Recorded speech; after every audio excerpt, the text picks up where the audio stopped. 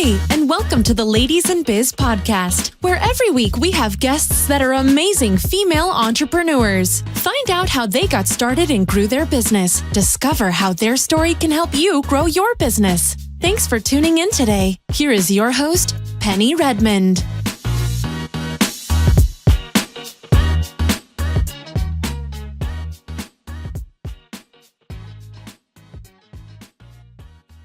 Hi everyone, back to Ladies in Biz, and we have a great guest today that has lots of information that you're going to find very valuable. If you own your own business and you're hiring or thinking of hiring someone, or you have someone on staff now, you've got to listen to what our guest has to say. So, hello, welcome, Liza.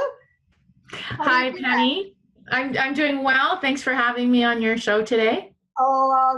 Thank you very much for coming. And so I want to let all the listeners know that Liza and I are part of the Grow Your Business group. And a few weeks ago, I guess it was a few weeks ago, Liza, it happened so fast, or the time goes by so fast. Liza was good enough to come to our group and is part of our group anyway, but you came and you gave us a little rundown on some of the cons and pros of having employees and what things to be very cautious of and be aware of. And we have about 15 women in this group, all at different levels in our business and being around. And Liza gave us information where we all went, really? And so as soon as Liza was finished, it was almost like I pounced on you and said, you have to do this for the podcast because women have to hear what you have to say, because what you gave information that was so valuable and things that if we didn't know, we actually could get into a lot of trouble. So anyway, so that's why Liza is here today. She was so gracious to say she would come. Thank you, Penny.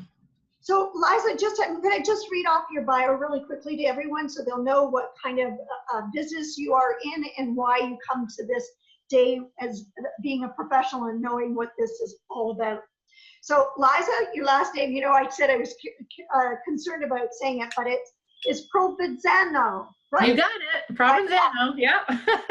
So Liza, you're the founder and CEO of SparkHR, that's your company name, a human resources firm that focuses on helping Canadian businesses to become more successful through performance of aligned, capable, and engaged teams. And all of us need help in that area. You're an experienced human resources professional, and you have over 20 years of practical HR perspectives and insights to solutions, and worked with all kinds of different clients. And with the depth of your HR experience you bring to the table, you can also work directly with business leaders to implement these HR actions needed to achieve their business plans. And so anyway, and I love the name of your company, SparkHR is fabulous. And you're located in Ontario, in Toronto, and you're serving large and medium-sized businesses in the GTA area. That's right. So that pretty much covers it, right? It does. Yeah, it does. We're really lucky. We work with some phenomenal business owners, just really hardworking people that are trying to, build successful businesses, and in doing so, build some great workplaces. So we're really lucky. Well, I think everybody can definitely use help when it comes to HR and what we're talking about in our small business groups is that a lot of us have love our businesses, are passionate about our business, and then it comes a time when we have to grow and we need some other people, but some have never had that, unfortunately, or haven't had a chance to gain any skills in hiring people and also keeping people as well, because we don't have those skills and have never done that. So one of the things that I wanted to talk about at the very beginning is even getting ready to hire someone. So now you're thinking about you're growing, you can't do everything yourself. And besides, I don't think you should be doing everything yourself because there's skills that you're not going to do well yourself. You can't do everything, especially when you're growing. So what are those first few steps? Like even like I understand there's even a talent shortage now. So where do you start? Well, there is a really competitive labor market out there now. So you're right. It's even more critical in this kind of labor market, that when business owners are hiring, that they are making smart hiring decisions, and that they're able to retain those folks so that they're not back out in the market hiring again 6 months later for the same job that they just, brought somebody new in not long ago. So the labor market right now is incredibly competitive. We're at a low in terms of our unemployment rate, so that's really good in a lot of ways. What it also does is it makes it more challenging for employers to find that right person.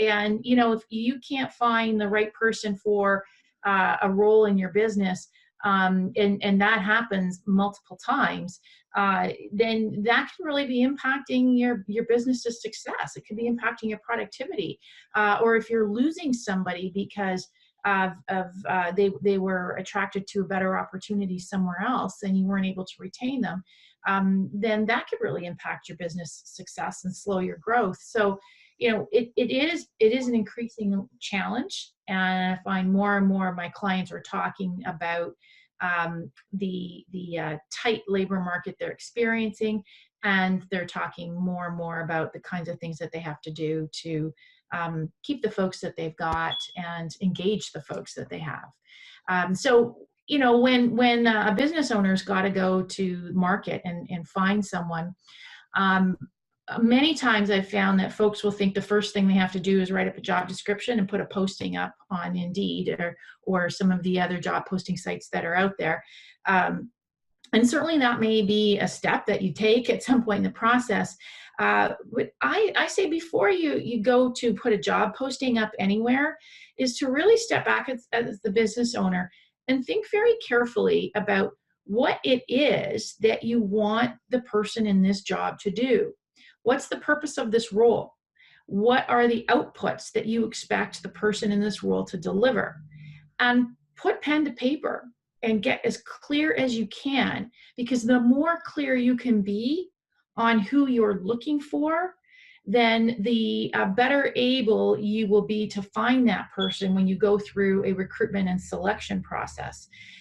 So don't jump to the market too quickly. Make sure that you've really thought through what that role means in your business, what you need that person to deliver. And I'm not talking about necessarily the tasks and duties on a job description, although it's important to identify those things. I'm talking about the outputs of the job. For example, if you need to hire a customer service representative, yes, that person needs to be able to answer customer inquiries quickly. That person needs to be able to log a case file on a customer issue. Those are tasks. But what you really want that person to do is to be maintaining customer relationships. What you really want that person to be doing is finding creative solutions to resolve customer concerns. So think more about what you want the job to deliver, and the tasks will come out of that.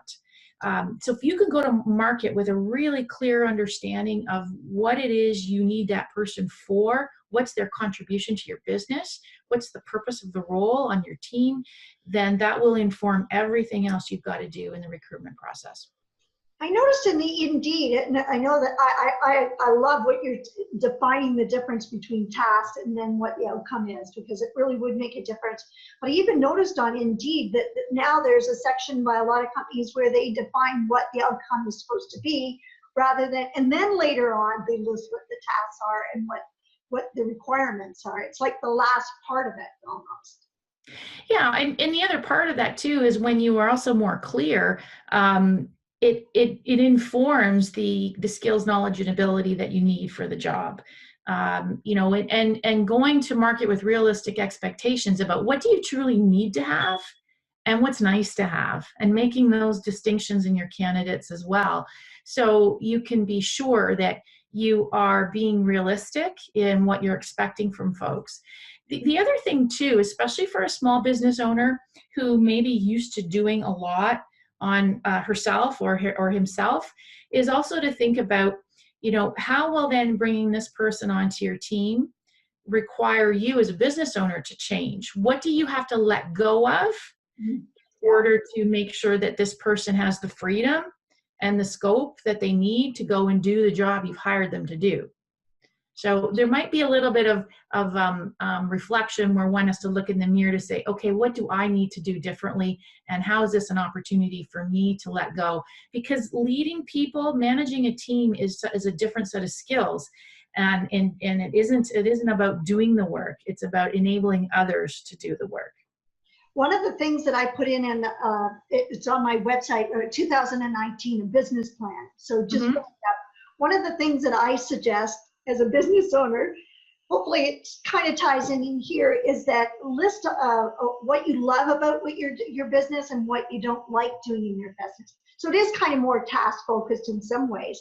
But if those tasks are something that you don't like, that's probably something that maybe you should be paying someone to do, because those are the ones on your to-do list that are going at the bottom of your to-do list, and that's always constantly nagging you that you're not getting it done.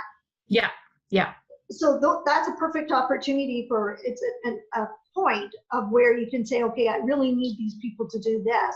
And this is the outcome though, because I know I'm not getting to that outcome. I'm not achieving it.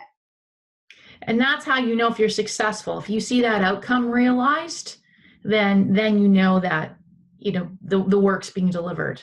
Yeah.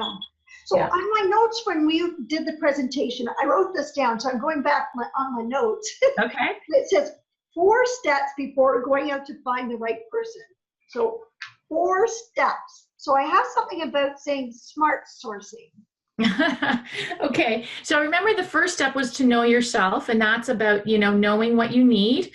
And then the second about smart sourcing. So, you know, we often will think about where to find our ideal clients or our ideal customers. Well, let's think about where to find our ideal team members in the same way. Where might we find the person that we need on our team for with a certain expertise or for a certain role? Certainly, you know, using online job boards is a really common and useful and practical way to generate a number of candidates to consider. But also look at networks. Look at you know, who do you know in your networks that might know folks that have the expertise that you're looking for. Again, knowing that ideal profile of that person, you know, where might you find that person? If it's a particular expertise, maybe there's an association that you go to and they have you know, some access into their membership. There's really, you know, if you're looking for perhaps you know, in newcomer, if you're in a community where there's a lot of newcomers that might be looking for their first jobs in Canada, and maybe you can access talent that way. There's a lot of community organizations that businesses can collaborate with that are working with newcomers to help them get established. And so what a win-win situation where you as an employer have access to talent, and a newcomer to our country is able to have access to a job to start on their life here. And there's all kinds of community organizations that help people with that. There's community organizations that help people in starting second careers or, you know, having career changes, getting back into the job market. So there's all kinds of different avenues out there in addition to job boards online that can help find talent that you need. So my point there in saying smart sourcing is just give it some thought and be strategic about it. Put your efforts where they'll best fit the profile that you're looking for. And I think it's also, I guess you're not only looking because for tasks, but you're looking for an individual, maybe that they're an extrovert or an introvert, or they want to sit at their desk and just do their job, or they don't want to talk. I guess it's all of that plays a big part of it. Yeah, I think whatever you're right. Like there's an element of that where certainly you have to look at what does the job require. And I'll give you an example. I was helping a client hire for a technical position, and the position required the individual to work alone for extended periods of time. So certainly we would have to find someone who is okay with that aspect of the job. So somebody who, it doesn't mean that we can't hire somebody who's sociable. It means that we can hire somebody who's sociable, but it has to be somebody who is okay with having little social contact throughout the length of their shift. So, it is saying, what does the job require in terms of those kinds of attributes? And another aspect of that is not only the job, but also the work environment. I'll give you an example of another client who it's really important to them that their team is on site working together. So for that particular team, to hire someone who really wants to be working remotely, 4 out of 5 days a week, isn't going to be a good fit, because this particular organization wants to have folks on site to have their team working together, and they want that proximity.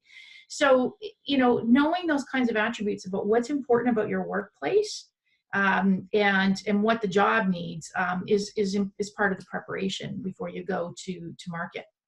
Well, the last a client that I had, we had 3 people that were reporting back into me, and one was in Windsor, one was in the UK, and one was in Halifax. So we're in different time zones. Mm-hmm. And also, so they're all satellites. So one of the key things is, are they able to work on their own? Yeah, exactly. And the big part was that I needed to allow for my schedule to make sure that I was readily available for them. For once a week, we had a meeting, and then with us a team, because I wanted them to feel like they were part of a team. So that's a time of my own time, but certainly valuable, very valuable. But I had to make sure that that is something that I would be okay with. And the other thing is then having time set aside for one-on-ones, because you want them to feel, and we'll talk later about the value, and that their work was of value, and that what they were contributing was important. So when hiring people like that, it was a whole different gamut of not only did they have the right skills, but were they able to work alone on their end, be able to still be able to feel part of the team. Exactly. And then the other part too is also the reflection you did to say, what is it that you need to do as their manager to enable their success? So what kinds of adjustments do you need to make? Because you're now part of the puzzle of working with them over 3 different time zones. Yeah, it was very interesting, but we actually we managed. Now, the other step I think we were talking about is conducting an interview. So once you kind of nailed all of that, the interview is pretty scary for a lot of us. And I remember interviewing people, and I know I took courses on how to interview people and stuff like that, but I always was worried that I did it correctly. So, do you want to touch base on that a little bit? Sure. So again, that's step 1 of making sure you've done a thorough job in your own thinking about the job really comes in handy here in the interview stage. Because again, the more clear you are on the job requirements, then you can structure your questions to tie directly to the job requirements. And the questions must be structured to the job. So sometimes, in an effort to be friendly and help the person feel comfortable, which is certainly important. I mean, the more comfortable the candidate is, the more likely they are to engage and share information with you. But sometimes some mistakes that employers make is they spend too much time talking and too much time and asking questions that really don't have anything to do with the job. So yes, make the person feel comfortable and welcome and establish a rapport, but make sure those questions are related to the requirements of the role. And one common practice in interviewing is to really dig into the previous experiences that the individual has had, and trying to understand what their successes, what their lessons learned are, as it relates to the skills you're looking for in the job you're talking to them about. So I find in an interview, it is an information gathering process. It's not a chat over coffee. It's not a social conversation. It is a business conversation. It's an information gathering process to determine if this person has the skills, knowledge, and abilities that you need in the role on your team. So really doing a lot less talking and a lot more listening is probably one of the single biggest things that I see interviewers could do more of and less of. Less talking, more listening. I always felt as though if I did too much talking, then I knew I didn't do my job correctly. Hey, I'd love to hear your opinion on this, because this has happened to me as well, and I'm not sure if it's right or wrong, or maybe there isn't a right or wrong, but do you think that there's an environment, or like, should it be done in an office? Like, I know once I was interviewed in a coffee shop. Yeah. Yeah. Like, is it appropriate for that? Is that okay? Or what's your feeling? Well, it's very common. So it's not unusual nowadays for that to be happening, particularly because, what we were just talking about a moment ago, where there's so many jobs where there's, just dispersed teams or remote work. And so sometimes a coffee shop is a reasonable option to meet face to face. So it can work. I wouldn't make a statement to say that it's appropriate all the time. And I wouldn't say it's appropriate all the time, because the person that the chances are they want to at some point see the workplace that is going to employ them. So at some point they'll likely want to come to the workplace again, if that's reasonable and you're not hiring somebody across the country. So that's one piece. Another piece too is whether or not the public environment, if you're choosing one, is going to give you the ability to relax and focus on the conversation. Will the person feel comfortable? Some coffee shops are designed where, the next person is right beside you. So, what's the comfort level that you can have to have a really good dialogue? Because at the end of the day, you want to do, three things. You want to represent your business well.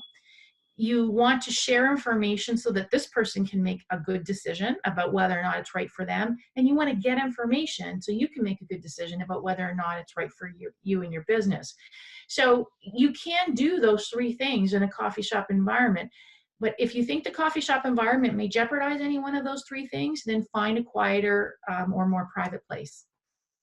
I also heard that a lot of companies now, I guess, just streamline who they want to talk to is doing over the phone interviews.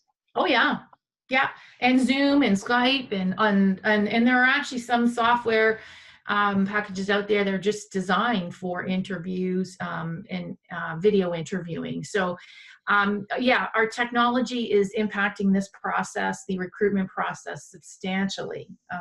So certainly a virtual interview is appropriate too. That's interesting.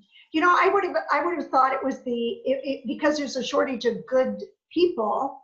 I would think that it seems so impersonal to me to be on the phone and talk. I don't know. It's just me, maybe. If you're trying to attract the best people. Yeah. And you've already looked at their resume, you know that they've got what it takes, and doing it over the phone, especially when you have Zoom, it's easy to do Skype and Zoom. And at least you have an engagement, and it's a one-on-one, and you can see each other. Yeah, yeah. I would just find it hard to interview someone on the phone. I guess it's just a me thing, because I like reading body language and seeing how they react to the questions. That's when you get the real feedback is the body language, isn't it? Do you find that? Well, there is certainly a lot of feedback in body language, and I understand what you're saying, because my preference is face-to-face too. So I declare my bias on that as well. At the same time, we still can get a little bit of the body language over video. We can have the tone and the inflection, and so we still can pick up a lot, but I'm with you. I do favor the face-to-face at some point in the process, for sure. Yeah, and I understand, especially with you, you're busy, and if you want to just get this over with, and it is certainly a valid way of getting to the top 3 people quicker. Yeah. And you only have so much time, right? Well, and there's a good point there because, the tight labor market, it's important to move as swiftly as you can through a process. If your process takes too long, you could lose good candidates as they move on to other opportunities. So there's a timing aspect, I believe, as well. And the other part, though, it's a fine balance, Penny, because the other trap that I've seen employers fall into is this idea of, I got to find somebody fast, because they're feeling a lot of pain if there's an existing vacancy and it's causing, that business owner to be overworked or somebody on the team to be overworked. Then that there can be a sense of urgency that can actually cause the process to go too fast and jeopardize the decision quality. So it's a really careful balance, because if the selection decision is not a good one and you're back where you started from in 2-3 months, it costs a lot. It costs a lot, and it can be really quite demotivating to keep damaging to the people that are working around you and everything. Yeah. So speaking of that, the other thing I put down here that you mentioned was about getting data. So once you've gone through all of this, is getting data to make sure that the person is doing what they said they were going to do or can do. Mm-hmm. Yeah, I remember we talked about that, and I think where I'm coming from there is to, where you can, to supplement your information gathering that you have in the interview with other objective sources of data. So there are some good assessment tools out there that can help validate what your interview findings are, or maybe flag something you didn't see in the interview. But again, the assessment tool should be chosen carefully. It should be an assessment tool that is relevant for a recruitment process. Not all assessment tools should be used in a recruitment process. Some assessment tools are designed for other purposes, and so make sure that if you do use an assessment tool, it's one for recruitment, and that you can tie it again to the job that you're looking for. And that assessment process can be really useful in, again, just giving another data point to help your decision quality. It could even be for a role where, one example we had talked about in our meeting was just if you need somebody to be able to be an expert in Excel. Well, you know what? Spend a few dollars, and when I literally mean just a few dollars, like maybe $30, and have them do an Excel test online, and you can get those results back. When they're telling you, yes, I'm an advanced Excel user in the interview, take that extra step just to verify that with an online Excel test, and then you can see for yourself, and it might save you some pain later on. So wherever you can supplement your interview with some other objective data, I think it can only help your decision. Well, one of the things that I wrote down here is do background checks. Yeah. Background checks, and I advocate for those, and again, which ones are reasonable for the role. You can do criminal background check, education check, employment verification, depending on the nature of the job, maybe even you need a credit check. There's a couple of reasons to do that. It's good due diligence in your process. If somebody, unfortunately, there are people who are not honest on their resumes. That can be a way of fleshing that out. That you're actually that the information that was presented to you on the resume is factual and true, and that you've done your due diligence to make sure that the person that you're bringing on has the skills and experience that they said, or they've got the credentials that they have put forward to you, and it adds another couple of days to the process, maybe 2 to 3 days. But again, worth it. Then, if you end up hiring someone with a certain designation and in fact they don't have it, it's important to find that out, before they're on board.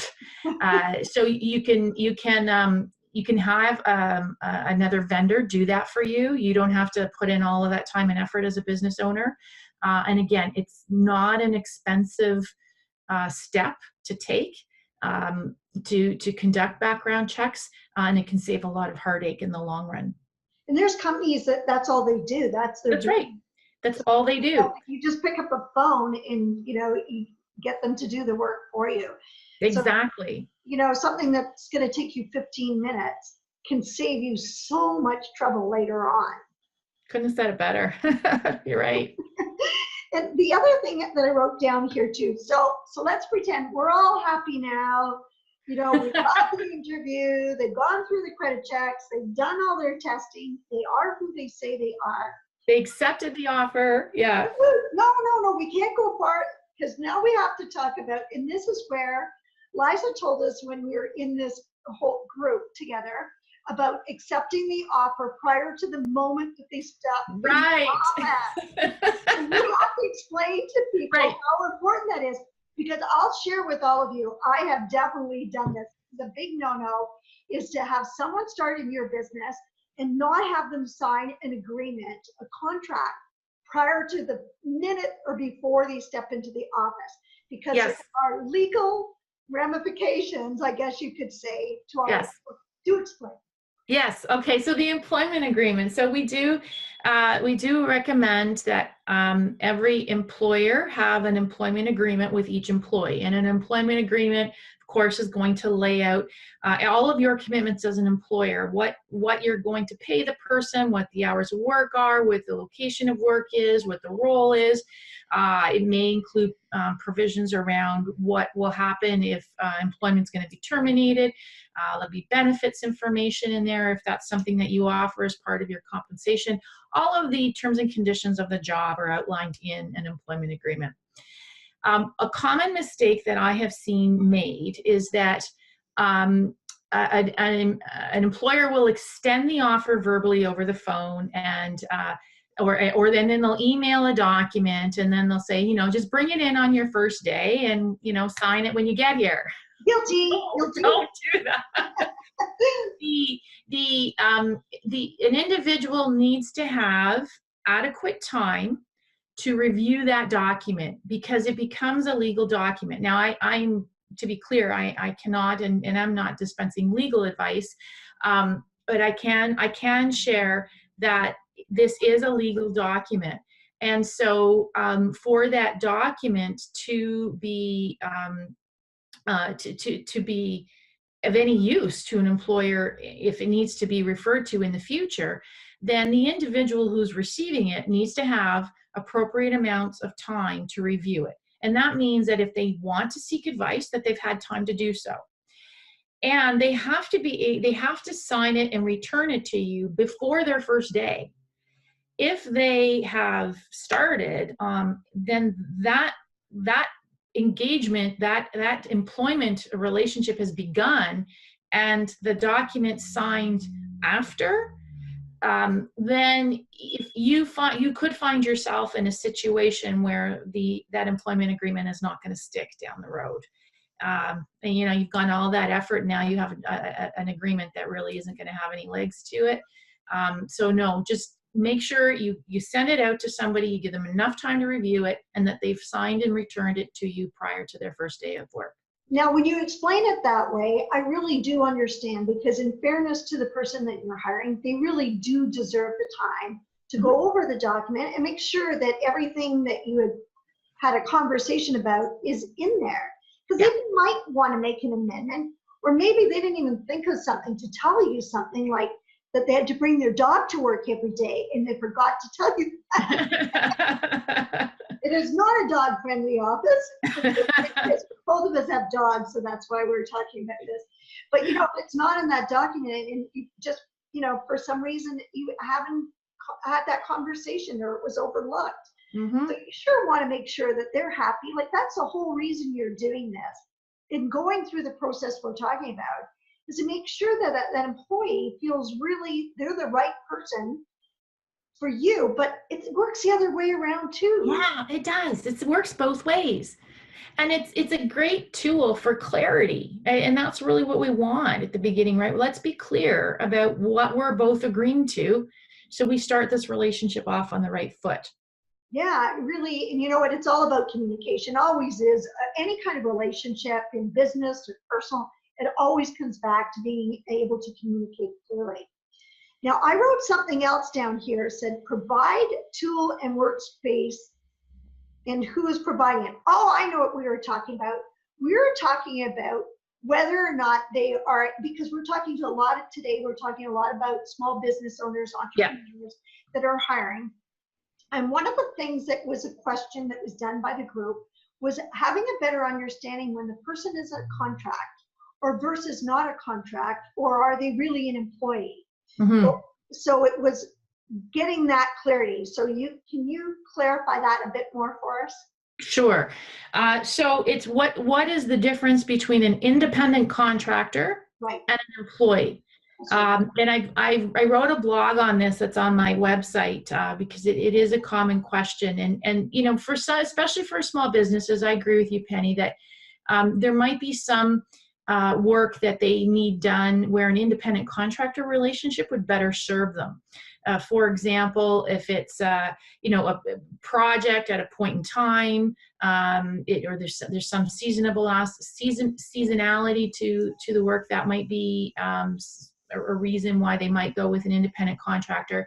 I mean, what the difference is between the two is an independent contractor.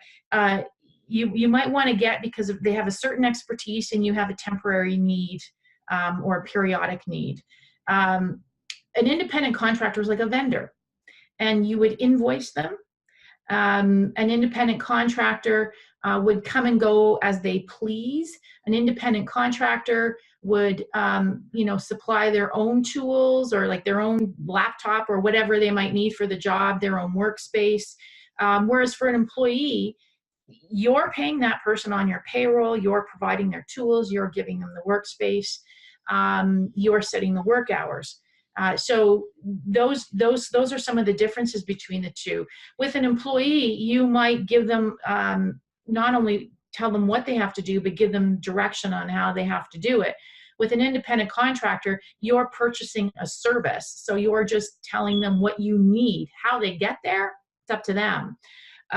So those are some of the differences between the two. And, you know, an independent contractor, another way to distinguish them is an independent contractor has to have the ability to make profit elsewhere.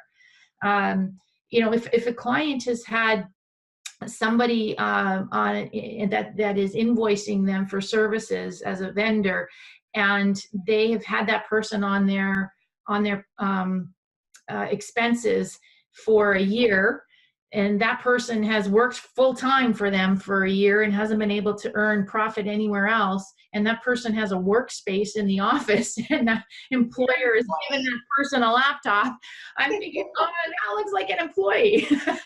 Yeah, you would think so, for sure. Exactly. So those are some of the characteristics to distinguish one type of relationship from another.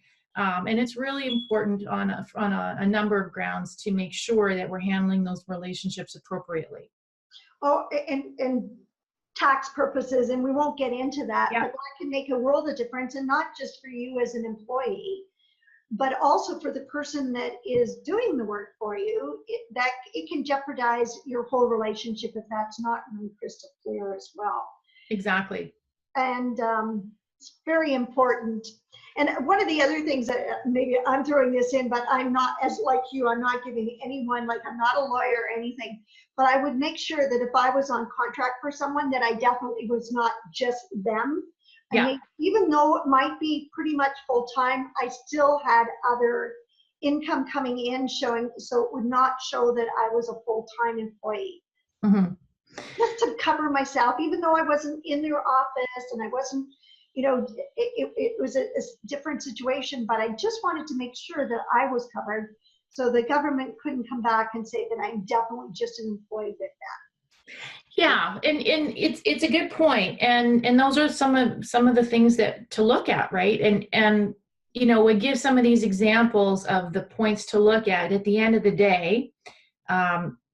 each situation has to be looked at on its own merits on a case-by-case basis. But those are some of the criteria or the tests, if you will, to use to distinguish between what type of relationship it should be. Now, the next thing that I wrote down is to reinforce the decision that the person made the right decision. So this is about them. It's not about you this time. Yeah. So I put something about onboarding, genuine welcomes. I'll let you take over on that one. Sure. In fact, I just worked with a client a couple of weeks ago as they hired a new team member on board. And we sat down and we looked at a few things. We said, what do we want to do so that this person feels welcomed? What do we want to do so that this person gets integrated into the team as quickly as possible? And how do we help this person get up to speed in their job as soon as they can? The more productive they can be, the better they're going to feel about their decision, and the more successful they'll be. And therefore, again, everybody wins. So we sat down and we looked at those different questions and we talked about them, and then we put a plan together. And that plan involved a couple of different things, like reaching out to her in advance and making sure that she knew that they were looking forward to welcoming her, and she had all the details on where she needed to be and when and what she could expect on her first day. And then when she arrived on her first day, the manager was there to greet her, and he had an orientation plan to take her through. And so she could see that all of the key folks that she should be meeting with. She could see some of the training that was set up for her. And that manager had her workspace ready. He had the introduction to her team set up. And so all of those things all help to validate to her, and hopefully this was the output. We'll see soon. But hopefully they validated to that new hire that she made the right decision, because it's a big decision for both, right?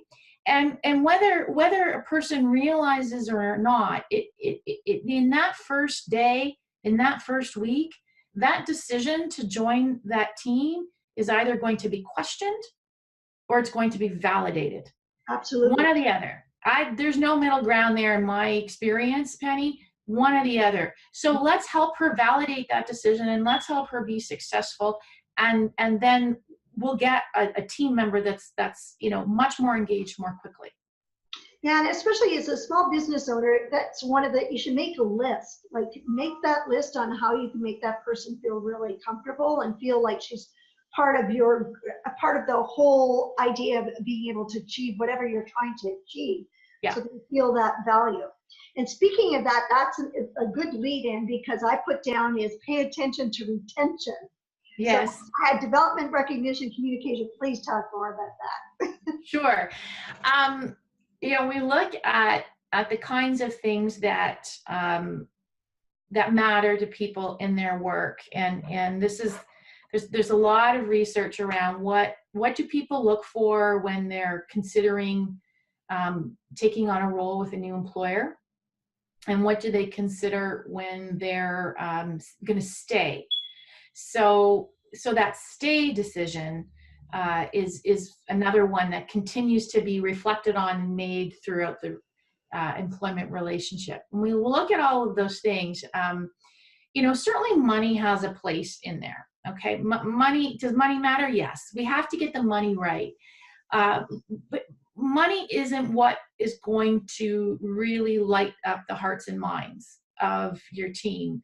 When we look at the things that really light up the hearts and minds of folks at work, it comes down to things like development. Do I have the opportunity to learn and grow and contribute? Am I mastering something here? Am I learning and enjoying the work, and it's helping me to grow as a person? And then there's the other aspect of recognition. Am I valued here? Is what I'm doing recognized? Does it matter?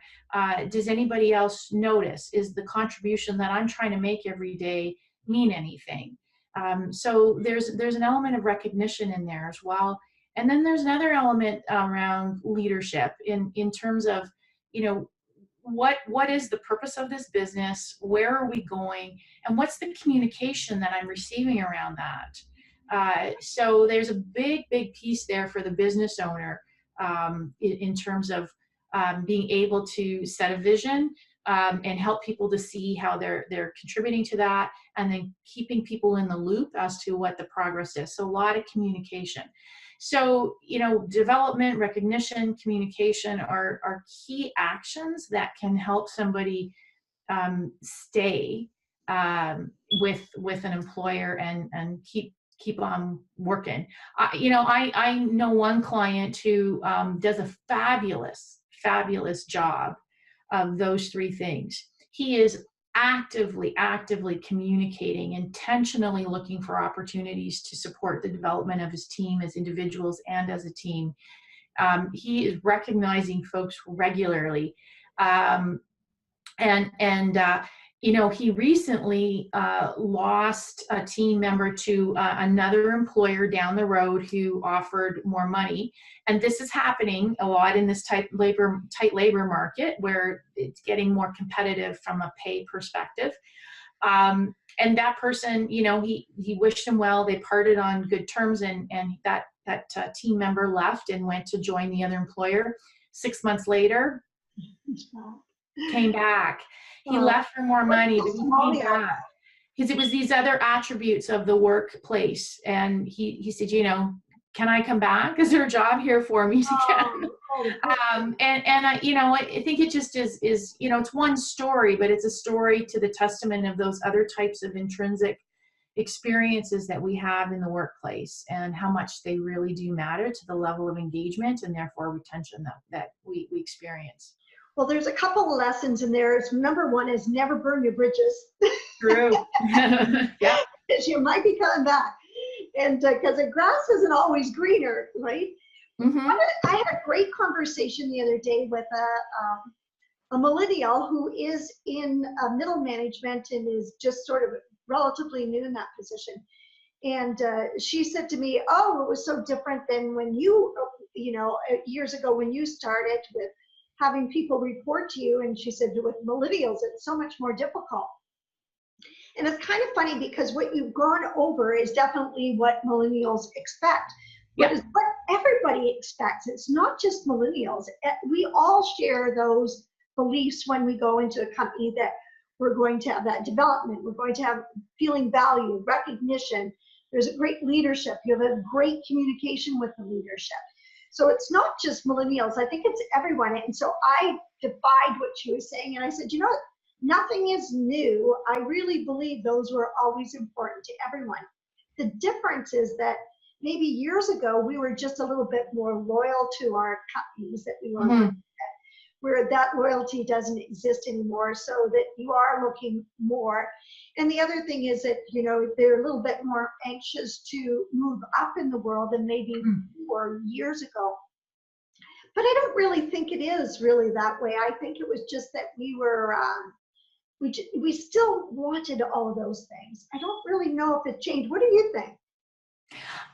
It's interesting you ask me that, because I share your view. I think those are things that are, development, good leadership and communication, recognition. I think those are things that are that resonate with all generations to some degree or another. I think in my experience and what my knowledge is of some of the typical things we might find from the millennial generation is that they have clearly expressed that those things matter.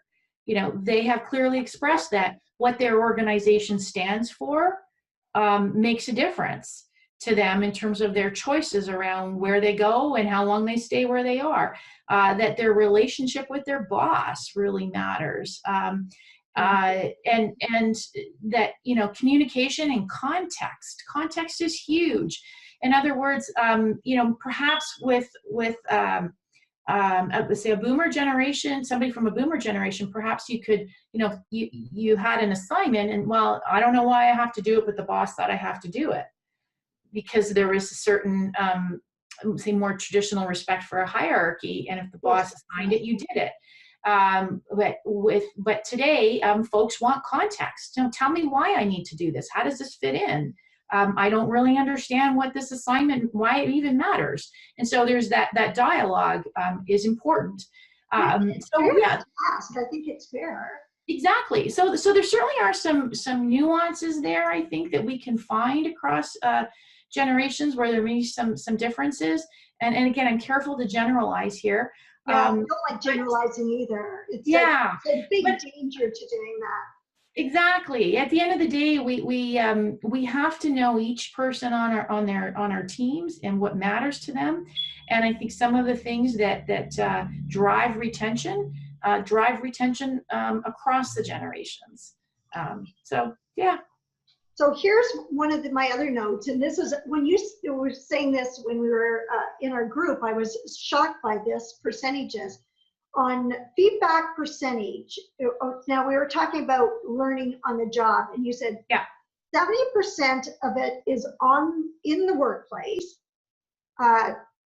And can't read. 20% is to learn from the people at work, and 10% is formal training.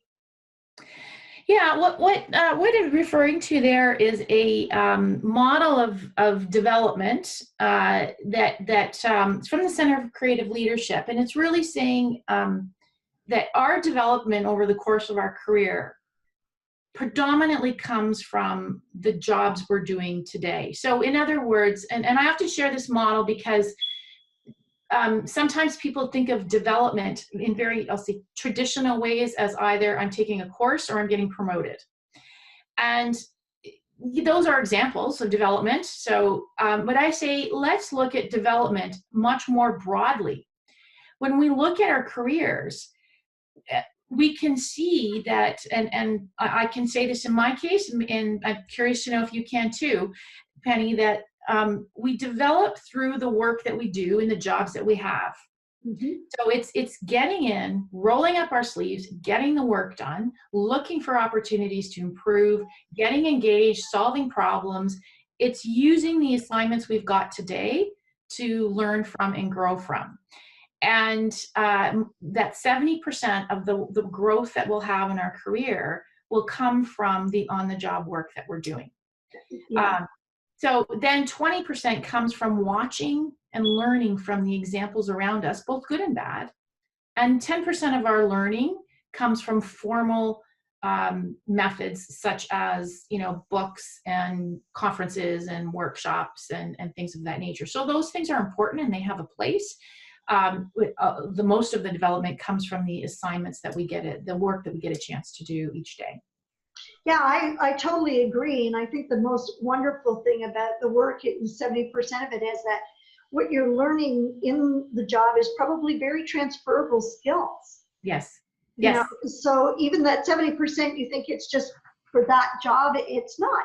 I just had a conversation with someone earlier today, and they said they were in the restaurant field, and she said, I don't know if I could, what other stuff what I would do.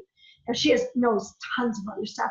But we were talking about that, and I said, it doesn't matter if it was a restaurant field or it was in another industry, because all those skills are so transferable. So even for the millennials that are thinking, for development, just to remember that those skills are all very transferable. Well, I remember one of my very first bosses said to me, he said, you will not appreciate what you've learned in a job until you've left the job and moved to another one.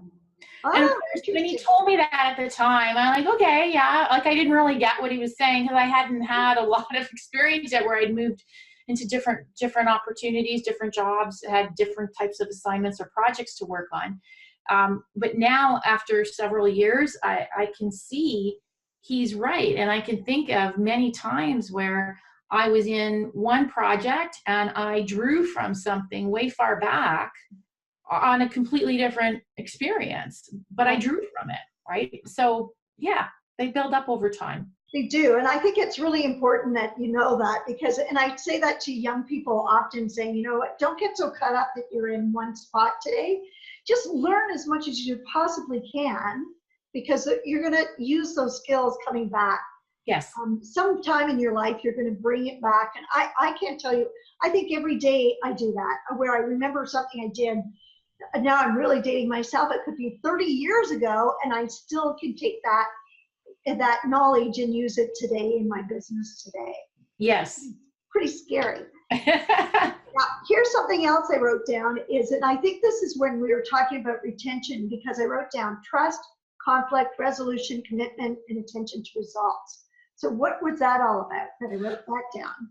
Oh, so we were talking about that. That would be the 5 attributes of effective teams. So effective teams, and this is a model, if anyone wants to learn more about it, is by Patrick Lencioni, is the creator of this model. And it's the foundation of any effective team would be a high level of trust. So we need to have a high level of trust for our teams to be effective. And then we need to be able to, we can't be afraid of having tough conversations. So being able to effectively deal with dissent and disagreement and conflict is another attribute of a highly effective functioning team. Everybody being committed to the results. So it doesn't mean that we don't have good, dialogue and question and push each other on what we do. We have really good conversation, but then we commit. We make a decision and we commit to what we need to do. We hold each other to account for those commitments that we make to each other. And then we pay attention to our progress on those commitments. Which means celebrating the wins. And then we celebrate the wins, yes. So that's number 6. I think you just added number 6 to the 5 attributes. Absolutely. Yeah. Even all wins, because sometimes even with an effective team and you're all doing everything together, I think it's so important, even as business owners, to really take a time to say, you know what? Yes, we have one small win or a big win, but you should always take the time to recognize it. So I think that's really important. So there's 6. So we're coming to the end because I think we're running out of time a little bit, but I think we've gone through so much information, Liza, to help business owners have a better understanding of what they should do and what they can expect when they hire someone. But I'm wondering if you would just give us, because I know you might have a message for all of us that we can just take back with us to think about and to learn from what you've learned in the past. So what message would you like to give to all of us? I think the message that I would leave to close our conversation, and thank you so much for the conversation today, Penny. It was quite delightful to talk about my work with you, and I appreciate it. And I think if there was one message, our work is one of the ways in which we show up in the world. And I believe that we get up every day and we want to contribute. And our work gives us one opportunity through which we can contribute. And so the message that I would have is to find ways through your work to serve others. And when in finding ways to serve others, there can be a lot of moments of meaning that can come back. So that's wonderful. I agree with you totally. Because we spend a lot of hours at work, that's for sure. So we better have some kind of meaning to it as well for us. So now one of the couple of things that I like doing at the very end is making sure people know how to connect with you. But I wrote down 3 things here. I just wanted to go over to make sure it's clear for people. Is in your business, one of the things, you're certainly human resources supported and organization effectiveness. Clearly you understand all of that. But I think one of the other areas where I see your real big strength is with leadership development and facilitate and training and coaching people, which I think is an enormous resource. And I gotta believe that as a small business owner, if you haven't done something like this, certainly what we've discussed today is really a value, but there's other areas that you really need to be able to, we just skimmed it a bit. Yes. So you really need some areas of really helping, really they should go to your company that can help them. But anyway, so in the meantime, can you let us know, how can people connect with you if they need some more help or they'd like some more direction? Sure. And Penny, I really appreciate you mentioning the other aspects of our work, because we do a lot of work with leaders in terms of supporting leaders with their teams and with their own development as leaders in their business. So if anybody wants to connect, certainly www.sparkhr.ca is our website. Our contact information is on there, and they can just call me directly. The number is there.